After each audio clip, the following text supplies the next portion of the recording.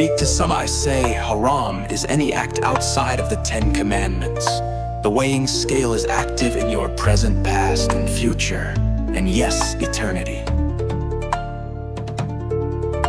The problem I found with many of the prophets is this: many of them still had a speck or more of sin. They all compromised with you because of various sins, fear of death by human sword, and or so they could at least guide you a little gently over time towards the original plan of Eden.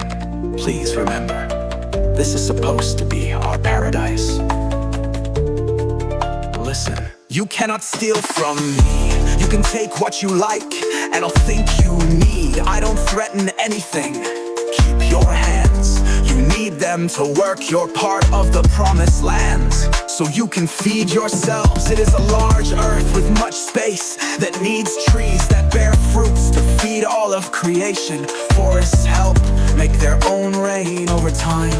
It isn't as much work as you think, though it is atonement work. We never needed robots for that. We don't need to complicate this. We have all the technology and resources needed so that no one needs to ever go hungry again, at least as long as we remember the 10 in order, starting with 1 that goes for the rest of you. If this speaks to you too, I don't think the great you know who actually had access to and read all the books and read about Jesus. I think he, like most everyone else, myself included, for a while at least gets stuck on a set of verses instead of see that close up and the whole story and mission. And well, Jesus did say he and the Father are one. That doesn't mean equal, though he did even say he was with G before time. So that is a pretty special prophet, the most special, and well, more than just that. I think you really ought to read his stories.